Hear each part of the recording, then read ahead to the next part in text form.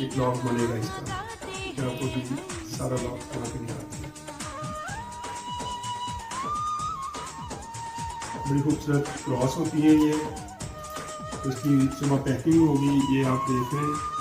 ये इसका लॉक लग गया। अब इसको पैदा क्रॉस की तरह हम तैयार करेंगे। ये लॉक लग गया, पहले ऐसे बनेगा ये।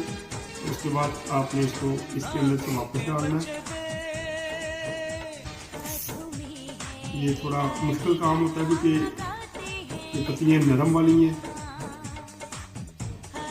ये एक विंग्स बन गया और फिर दूसरा आपने यहाँ से फिर वापस इसको डालना है। तो ये फिर दूसरा विंग्स बन जाएगा इसका। इसको आपने बबल करना है इसे।